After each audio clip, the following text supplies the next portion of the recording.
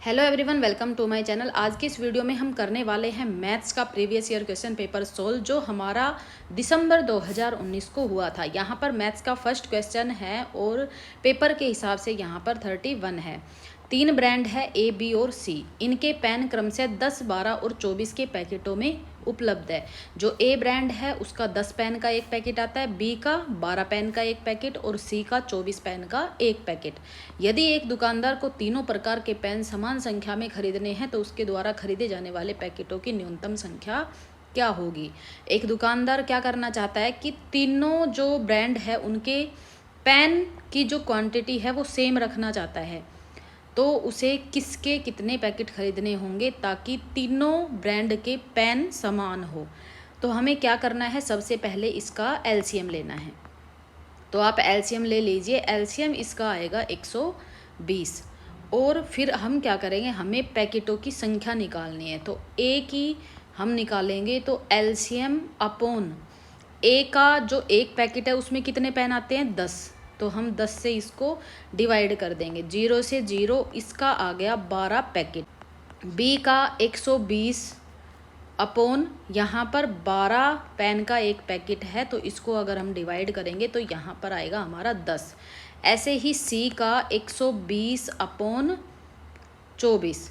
24 से अगर हम इसको कट करते हैं तो यहाँ पर आता है 5। तो ए के वो खरीदेगा 12 पैकेट, बी ब्रांड के खरीदेगा 10 पैकेट और सी ब्रांड के खरीदेगा 5 पैकेट। तो उसके पास जो पेन की क्वांटिटी है वो तीनों की सेम रहेगी। तो ऑप्शन देखिए 12, 10, 5। 12, 10, 5 फोर्थ नंबर का ऑप्शन हमारा राइट होगा। नेक्स्ट क्वेश्चन है, एक वर्ग की भुजा 4 सेंटीमीटर है। इसे काटकर 4 बराबर वर्गों में विभाजित किया गया है। प्रत्येक छोटे वर्ग का क्षेत्रफल क्या होगा। एक वर्ग है, ये हमारा क्या हो गया, वर्ग।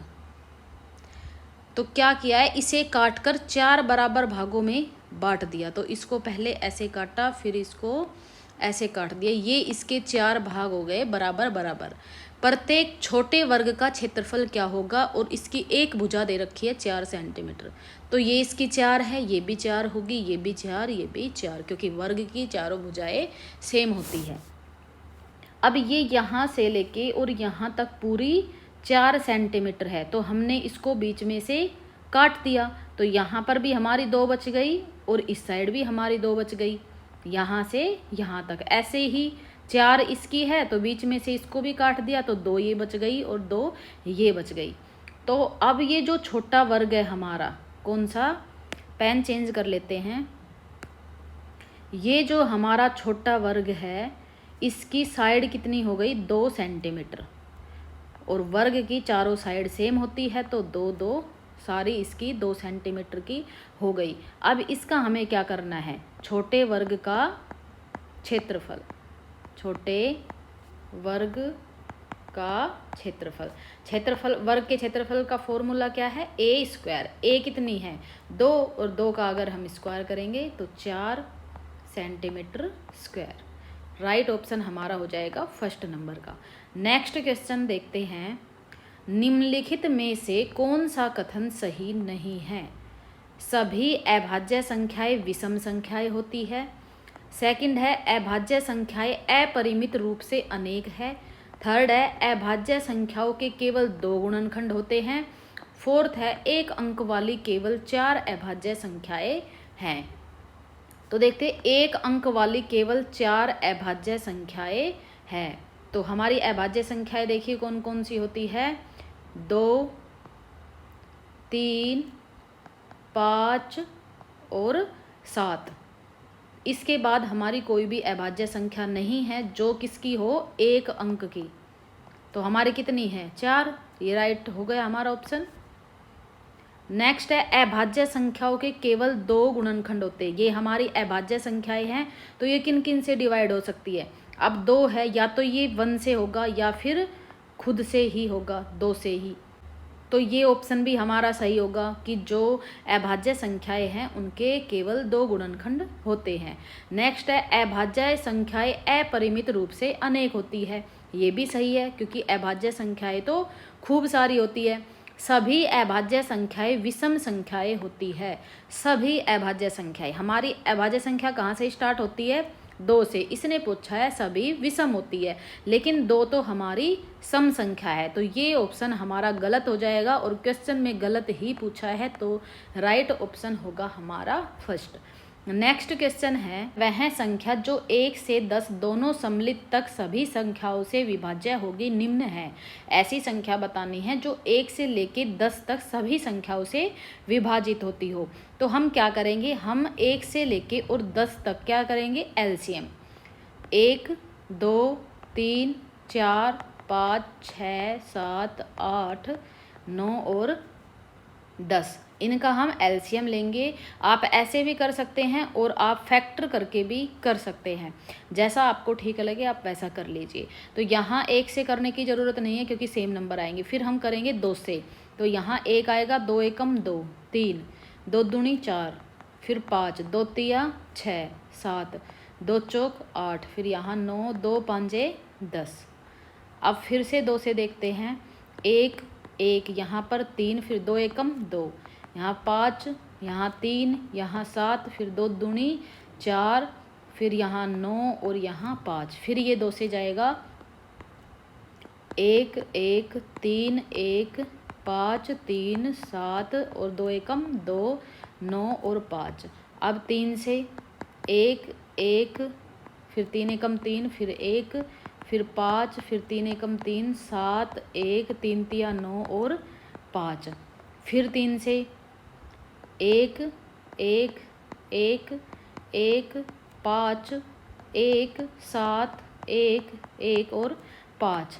अब 5 से यहाँ पर 1 आ जाएगा और यहाँ पर भी 1, फिर 7 से। अब हम इनको गुणा करेंगे और गुणा करने पर हमारा आएगा 2520। तो ये हमारा एलसीएम होगा और एलसीएम यही हमारा क्या होगा, ऐसी संख्या जो 1 से 10 तक सभी से विभाजित होती हो। 4th नंबर का ऑप्शन हमारा राइट होगा।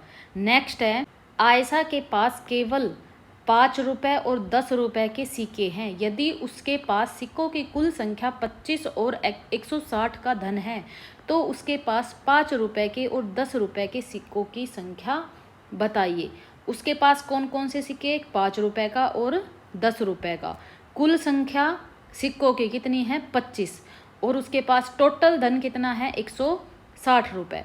तो ये बताना है कि 5 के तो कितने सिक्के हैं और 10 के कितने सिक्के हैं। तो हम कैसे करेंगे, यहाँ ऑप्शन के थ्रू जाएंगे। फर्स्ट में है 18 और 7, यानी कि यहाँ पर 5 रुपए पहले है, तो 5 रुपए के कितने सिक्के, 18, और 10 रुपए के कितने सिक्के हैं, 7। तो 18 सिक्के हैं कितने के, 5 रुपए के, और 7 सिक्के हैं 10 रुपए वाले। तो 18 पंजे 90 और 10 7 70। टोटल करेंगे 0 9 और 7 16। तो 160 रुपए हो गए उसके टोटल इस अरेंजमेंट के हिसाब से, और उसने बोला है कि 160 रुपए ही उसके पास धन है। तो फर्स्ट नंबर का ऑप्शन हमारा सही हो जाएगा। अगर ये सही नहीं होता तो हम सेकंड करके देखते।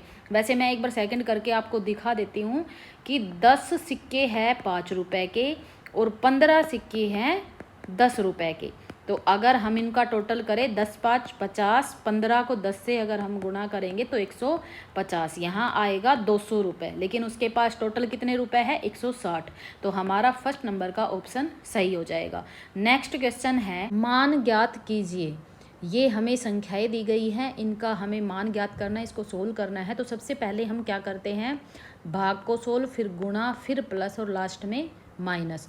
तो हम इसको पहले लिख लेंगे 17.5 गुणा 3 माइनस 21 भाग 7 माइनस 3 गुणा 12.5। सबसे पहले हम हल करेंगे किसको, भाग को। 17.5 गुणा 3 माइनस 7 तिया 21, तो इसकी जगह आ जाएगा 3। इसको हमने यहाँ पर सोल्व कर दिया। माइनस 3 गुणा 12.5। अब करेंगे हम गुणा।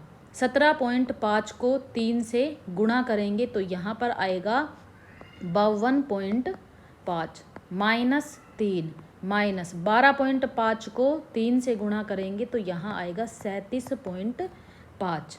अब यहाँ पर ये प्लस का है और ये दोनों क्या है, माइनस के, तो माइनस माइनस प्लस होता है, इनको हम प्लस कर लेंगे तो 52.5 और साइन आएगा माइनस का, लेकिन माइनस माइनस होता है प्लस, तो 37.5 में अगर हम 3 ऐड करेंगे तो यहाँ आएगा 40.5।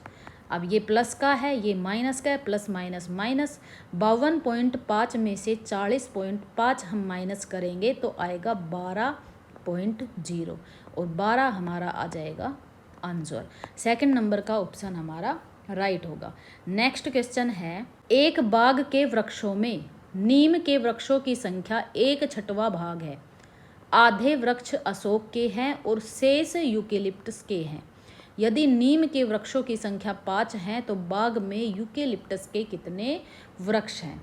तो हम क्या करेंगे कि माना हमारे पास कुल पेड़ कितने हैं, माना कुल पेड़ हमारे पास कितने हैं x, और नीम के कितने हैं, x का कितने हैं 1/6, यानी कि 1/6 भाग क्या है नीम, x/6, और इसकी जो क्वांटिटी है वो कितनी है 5। टोटल पेड़ कितने हैं नीम के 5, यानी कि x/6 की वैल्यू कितनी है 5, तो x की वैल्यू यहाँ से निकल आएगी, x/6 बराबर 5, और हम यहाँ पर 1 लिख देते हैं, क्रॉस मल्टीप्लाई, तो x की वैल्यू हो गई 30। तो टोटल पेड़ हमारे पास कितने हो गए 30। अब नीम के हो गए 5, फिर अशोक के कितने हैं, आधे वृक्ष अशोक के है, तो 30 में से आधे यानी कि 30/2 15 वृक्ष हो गए किसके, अशोक के, और 5 हो गए नीम के। अब बचे किसके, यूकेलिप्टस के। टोटल है 30, इसमें से हम माइनस करेंगे 15 अशोक के और 5 किसके, नीम के, तो 30 माइनस माइनस माइनस प्लस, 15 और 5 20, 30 माइनस 20, 10 जो वृक्ष है वो किसके हो गए, यूकेलिप्टस के। तो 10 देखो सेकंड ऑप्शन में है, ये हमारा राइट हो जाएगा। नेक्स्ट क्वेश्चन है, एक रेलगाड़ी दिल्ली से 29 अगस्त 2019 को 16:30 पर प्रस्थान करती है और अपने गंतव्य पर 31 अगस्त को 8:45 पर पहुंचती है। इस यात्रा का कुल समय बताइए। तो वो कब चलती है, 29 अगस्त को कितने बजे, 16:30 पर वो वहाँ से चलती है। तो 24 बजे तक उसे कितने घंटे और लगेंगे, 7.5 घंटे। तो 29 अगस्त के उसे 7.5 घंटे और लगेंगे, तब 24 बजेंगे। फिर उसके बाद 30 को वो ना पहुंचकर 31 को पहुंची है, तो 30 के पूरे 24 घंटे उसने लिए हैं। उसके बाद 31 को वो 8:45 पर पहुंची है, तो 8 घंटे 45 मिनट हो गई 31 तारीख की। इनका सबका हम टोटल कर लेंगे, 5 4 और 3 7, 8 और 4 12, 12 और 7 19, 2 और 1 3, 39 75। अब ये 75 मिनट है और 60 मिनट में 1 घंटा होता है, तो इसमें से हम 60 मिनट माइनस कर देंगे और इधर 1 जोड़ देंगे, तो यहाँ 15 मिनट हो गई और 39 में 1 घंटा और जोड़ दिया इस 60 मिनट का, तो 40 घंटे और 15 मिनट हो गई। फोर्थ नंबर का ऑप्शन हमारा सही हो गया। उसको कितने घंटे लगे टोटल यात्रा करने में, 40 घंटे और 15 मिनट। नेक्स्ट क्वेश्चन है, निम्नलिखित में से किस में लंबाइयों को घटते क्रम में व्यवस्थित किया गया है। तो यहाँ पर हमें 4 ऑप्शन दिए गए हैं, इन सभी में ये देखना है कि लंबाइयों को घटते क्रम में कौन से ऑप्शन में लिखा है। तो सबसे पहले हम क्या करेंगे, इन सभी को किस में चेंज कर लेंगे, मीटर में। अगर हम मिलीमीटर को मीटर में चेंज करते हैं तो हम डिवाइड करते हैं 1000 से, सेंटीमीटर को मीटर में चेंज करते हैं तो डिवाइड करते हैं 100 से, और डेसीमीटर को अगर हम मीटर में चेंज करते हैं तो हम डिवाइड करते हैं 10 से। तो सबसे पहले फर्स्ट ऑप्शन में देखेंगे 8500 mm को चेंज करना है किस में, मीटर में। तो इसमें हम डिवाइड करेंगे 1000 का, यहाँ पर आ गया 8.500 मीटर। नेक्स्ट है 800 सेंटीमीटर और 8 मिलीमीटर, इसको चेंज करना है मीटर में। तो 800 सेंटीमीटर को चेंज करेंगे पहले, यहाँ पर आएगा 8 और यहाँ पर है 8 मिलीमीटर। मिलीमीटर को हम चेंज करेंगे तो इसको डिवाइड करेंगे हम 1000 से, तो यहाँ पर आएगा 0.008 मीटर। फिर नेक्स्ट है 80 डेसीमीटर और 8 सेंटीमीटर। तो 80 डेसीमीटर को हम चेंज करेंगे तो यहाँ 10 से डिवाइड करेंगे, यहाँ पर आएगा 8 मीटर में हम इसको चेंज कर रहे हैं। 8 यहाँ पर है सेंटीमीटर, सेंटीमीटर को मीटर में चेंज करेंगे तो 100 से, तो यहाँ आएगा 8.08 मीटर। नेक्स्ट है 8 मीटर, तो यहाँ पर लिख देंगे 8 मीटर। इसने पूछा है घटते क्रम में, पहले सबसे बड़ा, फिर उससे छोटा, फिर उससे छोटा, लास्ट में सबसे छोटा। तो यहाँ देखते हैं हमारा सबसे बड़ा कौन सा है। सबसे बड़ा हमारा फर्स्ट वाला है, उसके बाद है हमारा थर्ड वाला, फिर उसके बाद सेकंड और फिर लास्ट में फोर्थ। तो यही क्रम चलेगा हमारा, फर्स्ट, सेकंड, थर्ड और फोर्थ। तो देखिए ये किस में है, 8500 मिलीमीटर सबसे पहले, तो एक फर्स्ट ऑप्शन में है और एक फोर्थ ऑप्शन में है। उसके बाद यहाँ 80 डेसीमीटर वाला, तो 80 डेसीमीटर 8 सेंटीमीटर यहाँ है, और यहाँ हो गया हमारा 800 सेंटीमीटर। तो ऑप्शन हमारा फोर्थ राइट हो गया, और ये तीनों हो गए हमारे गलत। फोर्थ नंबर का ऑप्शन इसमें सही होगा। नेक्स्ट क्वेश्चन है, एक 180 सेंटीमीटर लंबी तार को एक आयत का रूप दिया गया, यदि आयत की चौड़ाई 30 सेंटीमीटर है तो इसकी लंबाई क्या होगी। एक 180 सेंटीमीटर की तार है और उससे क्या बनाई गई है, एक आयत। ये आयत किससे बनाई है, 180 सेंटीमीटर लंबी तार से।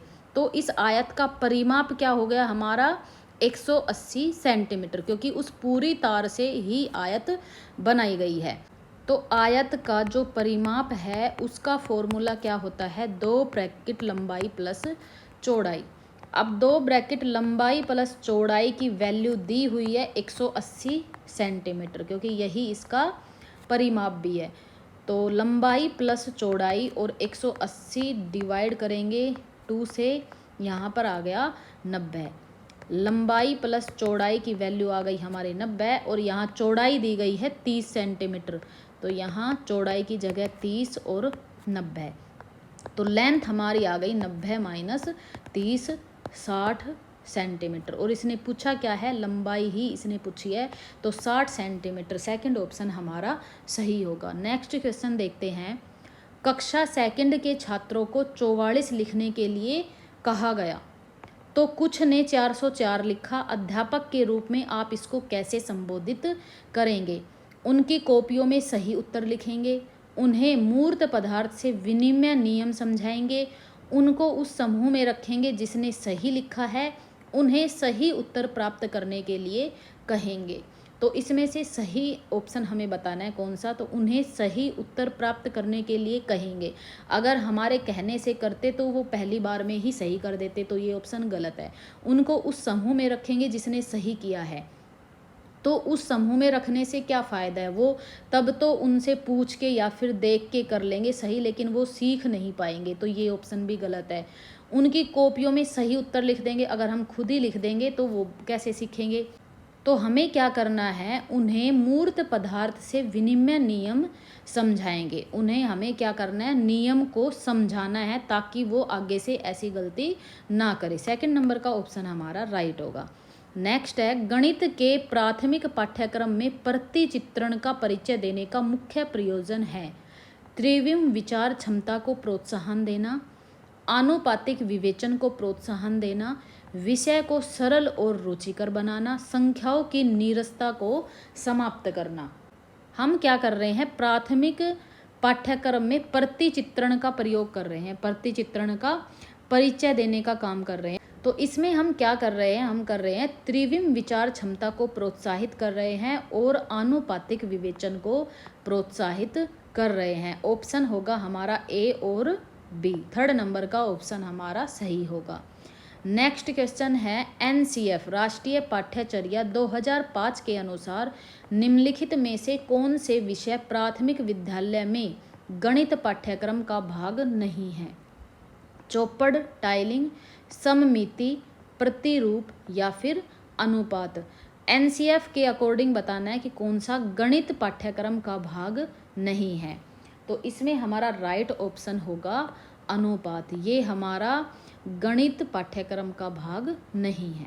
नेक्स्ट क्वेश्चन है सूत्र का प्रयोग किए बिना अध्यापक निम्नलिखित में से किन साधनों शिक्षण अधिगम सामग्री का प्रयोग यह दर्शाने के लिए कर सकता है कि विभिन्न आयामों वाले दो आयतों का क्षेत्रफल समान हो सकता है। हमें सूत्र का प्रयोग नहीं करना है और ये बताना कि ऐसी कौन सी सामग्री है जिसका दोनों का क्षेत्रफल क्या होता है, समान। पैमाना, ग्राफ पेपर, धागा या फिर टाइल। तो फर्स्ट है हमारा ग्राफ पेपर, क्योंकि ग्राफ पेपर का जो साइज है वो सबका ही सेम होता है। तो अगर हम दो ग्राफ पेपर लेंगे तो दोनों का क्षेत्रफल क्या आएगा, समान। नेक्स्ट है हमारा टाइल, टाइल का जो साइज है वो भी सेम होता है। तो अगर हम दो टाइल लेंगे और उनका क्षेत्रफल निकालेंगे तो उन दोनों टाइलों का क्षेत्रफल क्या होगा, समान। तो हमारा ऑप्शन होगा बी और डी, सेकंड नंबर का ऑप्शन हमारा राइट हो जाएगा बी और डी। नेक्स्ट है निम्न में से गणित में उपलब्धि कम होने का कारण क्या हो सकता है?